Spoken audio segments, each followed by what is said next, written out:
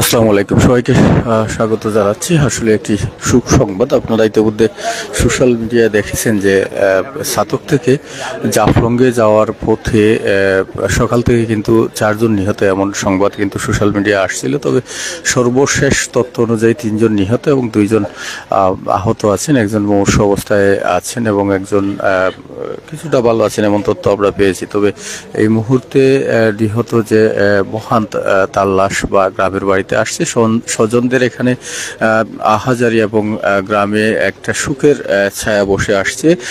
যারা নিহত হয়েছেন প্রত্যেকের বয়সী আসলে 16 থেকে 20-এর মধ্যে, একদম কম বয়স তাদের প্রত্যেকেরই। তারা মূলত ইতিমধ্যে যতটুকু আমরা জেনেছি যে তারা জাফলংয়ে যাওয়ার পথে ছিল। সকাল 10:30টার দিকে এই দুর্ঘটনার কবলে পড়ে তারা, এবং তারা যে 5 জন ছিল গাড়িতে, 5 জনের মধ্যে কিন্তু তারা নিজেরাই একজন ড্রাইভিংয়ে ছিল, এমন তথ্য পাওয়া গেছে। তবে দুর্ঘটনাটি আসলে কিভাবে ঘটেছে সে বিষয়ে এখন পর্যন্ত সঠিক কোনো তথ্য জানা যায়নি।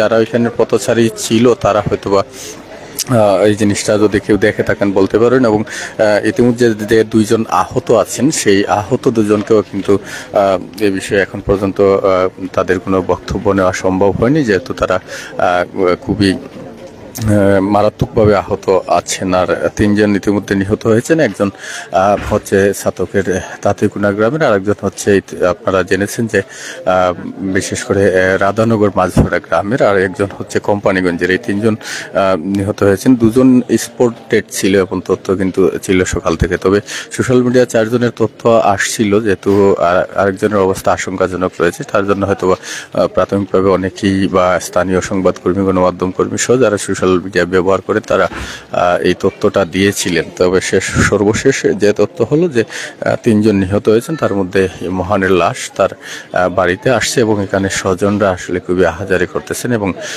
গ্রামের লোকজন খুবই বীর জমিয়েছেন এবং গভীরভাবে শোকাহত। এই মর্মান্তিক দুর্ঘটনায় আমরা 3 জনকে হারিয়েছি, আরো 2 জন চিকিৎসাধীন আছেন। এটা বর্ণনার কোনো ভাষা আমাদের নাই।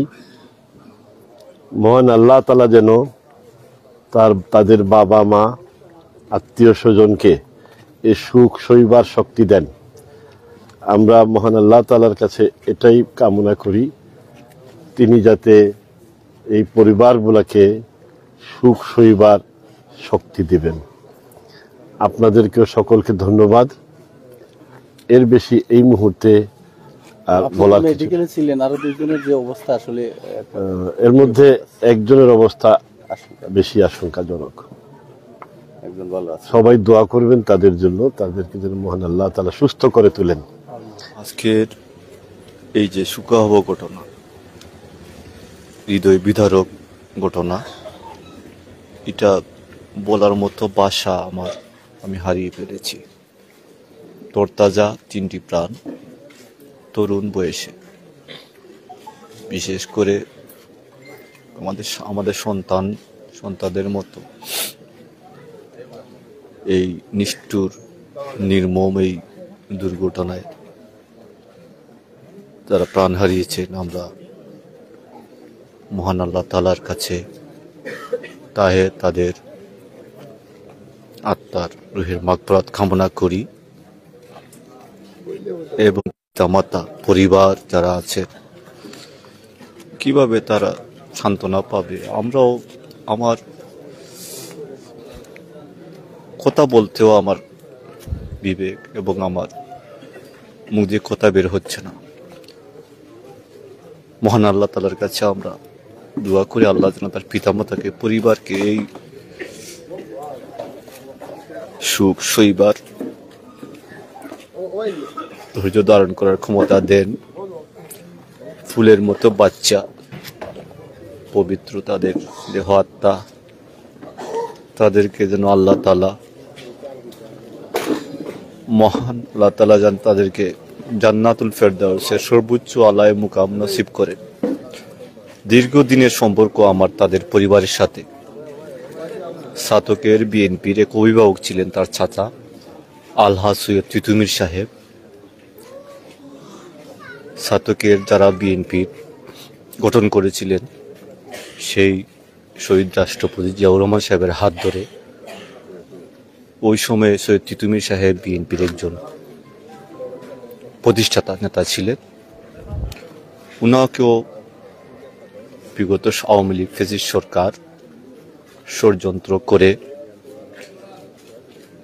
গ্রেফতার করে, মিথ্যা মামলার সাজানো মামলায় গ্রেফতার করে প্রায় জেলের খানায় ভরে পরিকল্পিত হত্যা করেছে। আজকে এই ছোট্টবেলা থেকে তাকে চিনি সৈয়দ মহান, তাদের সাথে আমাদের রাজনৈতিক পাশাপাশি পারিবারিকভাবে একটা সম্পর্ক হয়েছে। অত্যন্ত একজন অমায়িক ভদ্র একটা ছেলে ছিল। আমি আবারও তার আত্মার মাগফিরাত কামনা করি এবং তার পরিবার যেন এই কঠিন সুখ সইবার ক্ষমতা আল্লাহ দেন, এটা কামনা করি। ধন্যবাদ। আমার মামাতো ভাই যিনি আজকে মারা গিয়েছেন, উনি আমার মামাতো ভাই।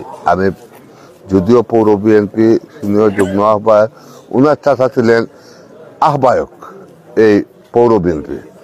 আমরা মামু বাগদা, উনার চাচা এবং আমি দুজনেই মামু বাগদা একই জায়গায় আমরা ছিলাম আহ্বায়ক, সিনিয়র যুগ্ম আহ্বায়ক। তো আমার চাইতে হৃদয় বিদারক কোনো ঘটনা এই মুহূর্তে আর কিছু নাই যেটা আমি মনে করি। কারণ ইতিপূর্বে আমার মামা আহ্বায়ক, পৌর বিএনপি আহ্বায়ক জনাব তিতুমীর সাহেব, সৈয়দ জনাব তিতুমীর সাহেব, উনি মৃত্যুবরণ করেছেন এই ফেসিবাদী শেখ হাসিনা সরকারে রেশানলে পড়ে কাশিমপুর কারাগারে উনি মৃত্যুবরণ করেছেন, যেটা উনার প্রাপ্য ছিল না। কিন্তু বারবার আমরা আমাদের ফ্যামিলি এই বিএনপি করার কারণে বারবার নির্যাতিত হয়েছি, নিপীড়িত হয়েছি। এরপরেও আমরা এই বিএনপির সাথে আছি, বিএনপির সাথে থাকবো, এটাই আমাদের একমাত্র কাম্য।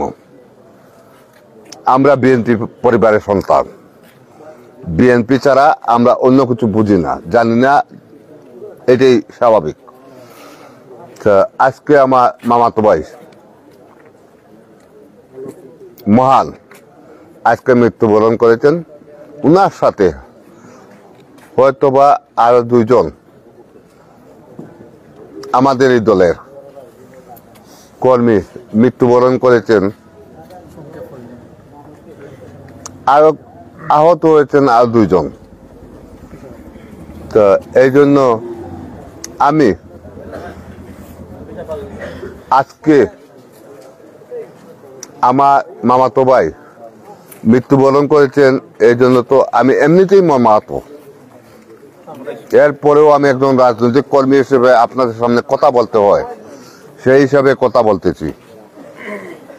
এই ঘটনা জানাজানির পর থেকেই আপনারা দেখেছেন যে ছাতক থেকে, যেহেতু তারা ছাত্রদলের কর্মী ছিল, এখান থেকে সাবেক সংসদ সদস্য কলিমউদ্দিন মিলন সহ স্থানীয় বিএনপি ছাত্রদল সহ বিভিন্ন নেতৃবৃন্দ তারা ছুটে গেছিলেন উসমানী মেডিকেলে, এবং যে দুটি লাশ স্পটে ছিল সেখান থেকেও সেগুলা তারা বিশেষ করে তাদের স্বজনরা এবং ছাত্রদল, যুবদল সহ স্থানীয় সাবেক সংসদ সদস্য কলিমউদ্দিন মিলন সাহেব সহ অনেকেই দিনব্যাপী তারা চেষ্টা করে তারা নিয়ে আসছেন আইনানুগ প্রক্রিয়া শেষ করে।